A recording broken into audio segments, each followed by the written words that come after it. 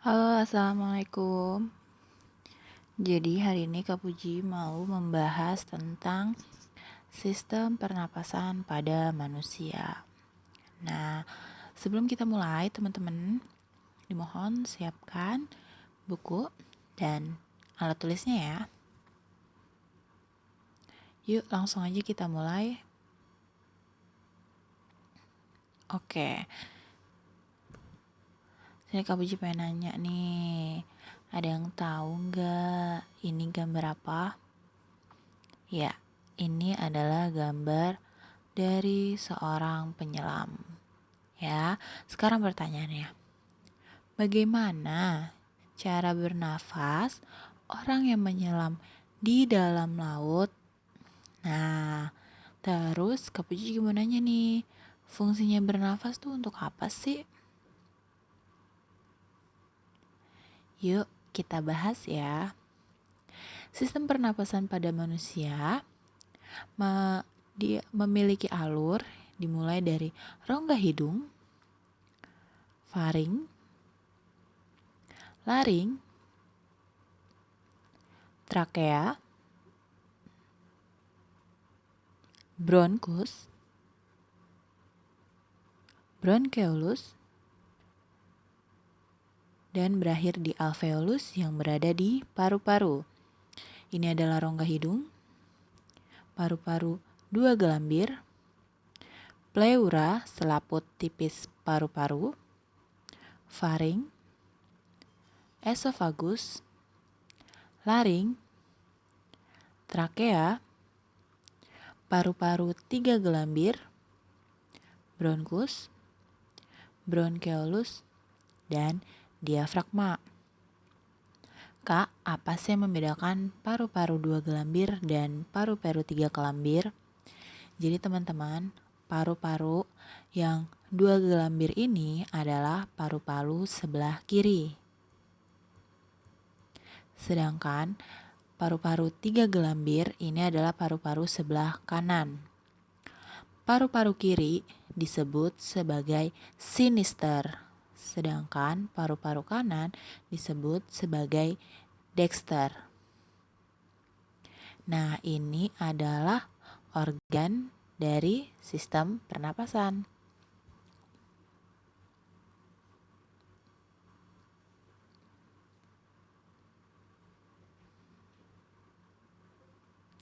Alat pernapasan yang akan kita bahas pertama itu adalah hidung.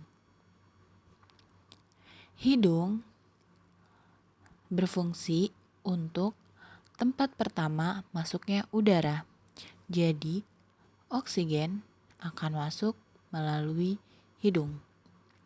Nah, ketika oksigen masuk ke dalam hidung, ada 3 perlakuan yang dilakukan oleh hidung. Yang pertama adalah menyaring kotoran yang dilakukan oleh rambut-rambut hidung. Yang kedua, udara yang masuk ke hidung akan dilembabkan oleh selaput lendir. Yang ketiga, udara yang masuk ke hidung akan dihangatkan oleh pembuluh darah yang ada di hidung. Untuk itu, hidung ketika mengalami benturan seringkali berdarah. Kenapa? Karena di sini banyak sekali pembuluh darah yang berfungsi untuk menghangatkan udara yang dihirup oleh manusia.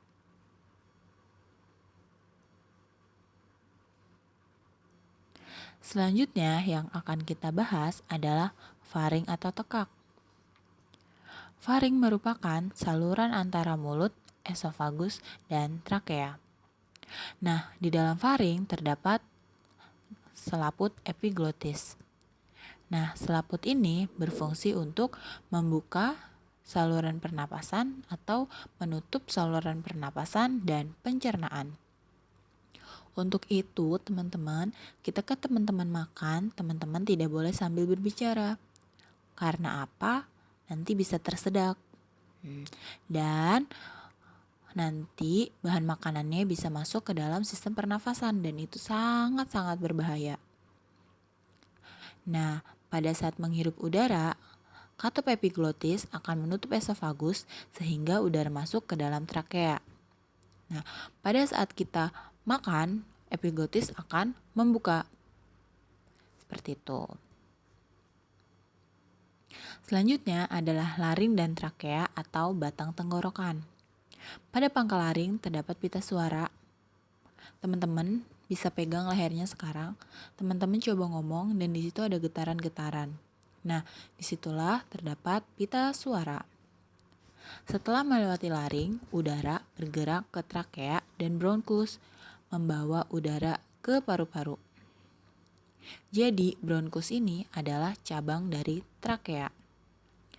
Trakea dikelilingi jaringan bersilia yang berfungsi untuk menghalangi partikel asing yang masuk ke paru-paru. Untuk itu teman-teman, trakea itu bentuknya kayak gini. Nah, dia terdiri atas tulang-tulang rawan yang berbentuk seperti cincin. Kalau teman-teman pegang leher teman-teman sekarang, nah di situ ada gerendel-gerendelan kayak ada sekat-sekat gitu. Nah, itu adalah trakea. Nah, di trakea ini ada yang namanya rambut-rambut halus yang disebut silia.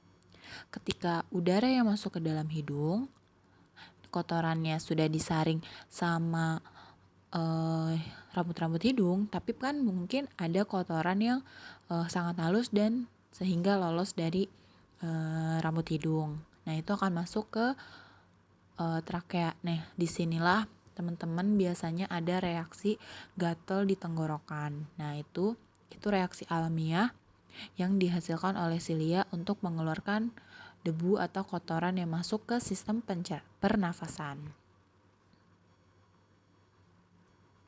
Lanjut ya. Selanjutnya itu adalah bronkus. Nah, tadi saya sudah bilang bronkus itu adalah cabang dari trakea. Jadi, ketika teman-teman di sini tadi ada trakea, ya, ada cabang kedua. Nah, ini disebut bronkus. Ini namanya bronkus, ini trakea. Ya. Ini bronkus. Nah, udara yang masuk ke bronkus menuju paru-paru kiri dan paru-paru kanan. Nih, paru-paru sini dan paru-paru sini. Di sini ada paru-paru. Bronkus bercabang menjadi tabung-tabung kecil yang disebut bronkeolus. Nah, jadi di sini nanti menyebar gitu. Nah, pada ujung alveolus terdapat yang namanya pada ujung bronkeolus terdapat alveolus. Nah, ini alveolus nih teman-teman ya, bentuknya seperti anggur. Jadi, kalau bentuknya seperti anggur kayak gini teman-teman, ini namanya adalah alveolus. Nah, tapi kalau sendiri ini baru alveoli. Gitu ya. Yuk kita lanjut. Nah, selanjutnya setelah situ udara akan masuk menuju pulmo atau paru-paru yang masuk melalui sekumpulan alveoli yang berfungsi sebagai tempat pertukaran oksigen dan karbon dioksida. Jadi O2-nya akan masuk ke dalam paru-paru melalui alveoli yang ada di alveolus. Nah, situlah terjadi pertukaran udara. Nah, di sini harus teman-teman catat, pertukaran udara yang terjadi di alveolus terjadi secara difusi. Apa itu difusi? Difusi adalah proses pertukaran udara atau pertukaran zat dari konsentrasi tinggi ke konsentrasi rendah. Jangan lupa dicatat ya. Yuk kita lanjut lagi.